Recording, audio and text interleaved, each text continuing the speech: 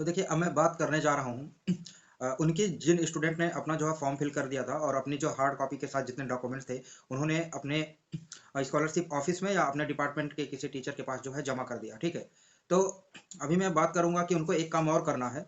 जब वो अपना फॉर्म वगैरह सबमिट कर रहे होंगे तो सर ने उनको बोला होगा कि आप अपने सारे डॉक्यूमेंट्स के जो है फोटो क्लिक करके रख ले, क्योंकि जितने फोटो आपने क्लिक करके रखा होगा उसका एक पीडीएफ बनाना है, एक सीक्वेंस में बनाना है, और उस पीडीएफ को जो है दिया गया है कि किस सीक्वेंस में पीडीएफ आपको बनाना है। तो एक बार मैं आपको बता दे रहा हूँ कि पहले कौन सा डॉक्यूमेंट रहेगा और किस सीक्वेंस में रहेगा, तो आप उसको एक बार ध्यान दे लीजिएगा, क्योंकि पूरा जो है मेंशन किया गया है नोटिस के अंदर कि जो आपका पीडीएफ होना चाहिए इसी फॉर्मेट में होना चाहिए, ठीक है। तो मैं आपको बता देता हूँ एक बार कि कैसे जो है कौन सा डॉक्यूमेंट कब और किस तरह से अरेंज करके लगाना है, पहले कौन रहेगा उसके बाद कौन रहेगा। तो एक बार आप ध्यान से देखिएगा वीडियो को, मैं आपको बता रहा हूँ, ठीक है।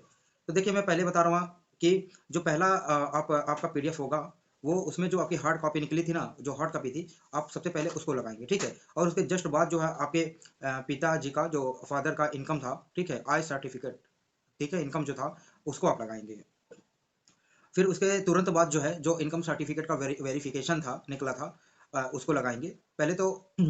उसके जस्ट पहले जो आप लगाएंगे इनकम सर्टिफिकेट जो बना था आपका कचहरी से, उसके बाद जो तीसरा वाला डॉक्यूमेंट लगाएंगे वो उसका वेरिफिकेशन लगाएंगे, ठीक।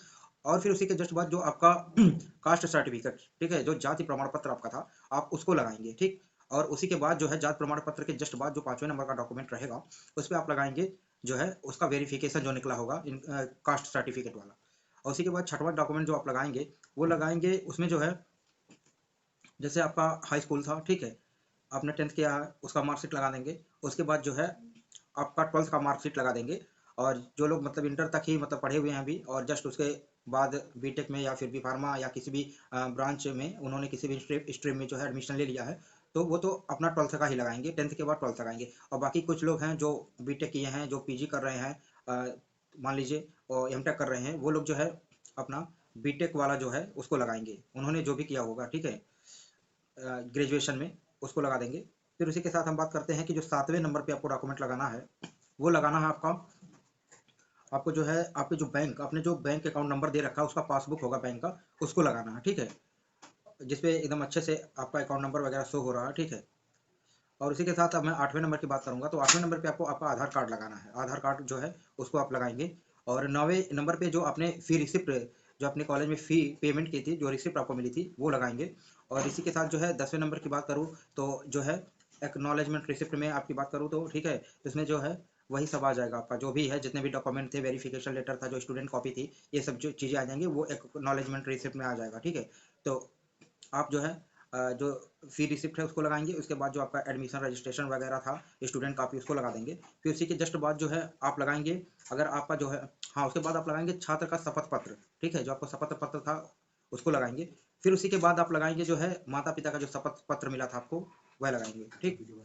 अब उसी के साथ जो है मैं बात कर रहा हूँ कि आप 13वें नंबर पे जो डॉक्यूमेंट लगाएंगे वो होगा आपका गैप सर्टिफिकेट। गैप सर्टिफिकेट ऐसा है कि अगर किसी आपका गैप होगा तो आप लगाएंगे, और नहीं होगा तो आप नहीं लगाएंगे, ठीक है। सबसे लास्ट में जो आपको लगाना है वो गैप सर्टिफिकेट के लिए दे रखा है। तो मैं एक बार फिर से जो है टू द पॉइंट सबको समराइज करता हूँ कि आपको नंबर 1 पे क्या लगाना है, 2 पे क्या लगाना है, ठीक है। एक बार बता रहा हूँ, आप ध्यान से सुन लीजिएगा।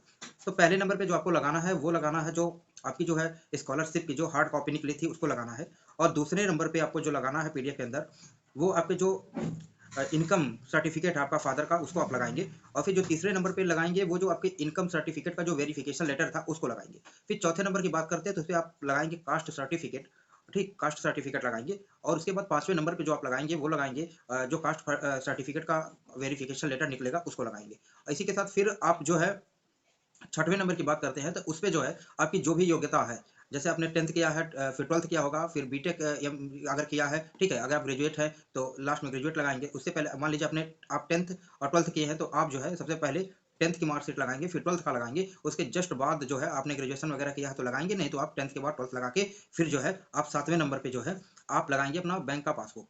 फिर 8वें नंबर पे देखा जाए तो आप अपनी आधार कार्ड की फोटो कॉपी लगाएंगे। और 9वें नंबर की मैं बात करूँ तो आप वहाँ पे लगाएंगे जो है जो आपने फी पेमेंट की थी रिसिप्ट, वह आप लगाएंगे, जो फीस का पेमेंट था रिसिप्ट उसको लगाएंगे 9वें नंबर पे। अब 10वें नंबर पे बात करूँ तो एक्नॉलेजमेंट रिसिप्ट में आपका जो आ जाता है, वो जो आपका स्टूडेंट कॉपी था रजिस्ट्रेशन के टाइम वो आएगा, ठीक है, आप उसको लगाइएगा, ठीक है। उसी को एक्नॉलेजमेंट रिसिप्ट बोला जाता है, तो 10th पॉइंट पे आप उसको लगाएंगे। फिर मैं 11 नंबर की बात कर लूँगी, तो 11 नंबर पे आपका जो शपथ पत्र था स्टूडेंट वाला, ठीक है, छात्र का शपथ पत्र, उसको लगाएंगे। और 12 नंबर पे आप जो लगाएंगे वो माता पिता का जो शपथ पत्र था उसको लगाएंगे, ठीक। और 13 नंबर पे यदि आपका गैप है तो आप गैप सर्टिफिकेट लगाएंगे, और गैप नहीं है तो आप गैप सर्टिफिकेट को नहीं लगाएंगे, ठीक। तो एक बार इस चीज़ों को आप देख लीजिएगा, इसी फॉर्मेट में आपको पीडीएफ के अंदर अपने डॉक्यूमेंट को जो है अरेंज करना है। और मैंने जो बताया आपको upscholarship.mut@gmail.com, इसी पे जो है आपको अपना पीडीएफ बना के सेंड करना। और पीडीएफ जब आप सेंड करेंगे उसी ईमेल से करेंगे जो ईमेल आईडी आपने स्कॉलरशिप के अंदर दिया है, ठीक। ये भी एक कन्फ्यूजन क्रिएट हो रहा था लोगों को। तो जो ईमेल आईडी आपने स्कॉलरशिप फिल करते वक्त डाला था उसी से आप जो है सेंड करिएगा। और सब्जेक्ट में आप कुछ भी डाल दीजिएगा, स्कॉलरशिप डॉक्यूमेंट वगैरह जो भी लिख के ऐसे डाल दीजिएगा। और वहाँ पे कोशिश करिएगा कि वहाँ मेंशन कर दीजिएगा अपना नेम, अपना रोल नंबर और अपना ब्रांच, ठीक है। ये जो है वहाँ पे मेंशन कर दीजिएगा जब आप ईमेल सेंड करेंगे, ठीक है। Thank you. अगर कोई भी चीज़ ना समझ में आई हो आपको प्रॉपर, तो आप कमेंट कर सकते हैं और उसका जवाब आपको दिया जाएगा, ठीक है। भरपूर मदद की जाएगी आपको, हमारी और हमारी टीम की तरफ से, ठीक है। Thank you.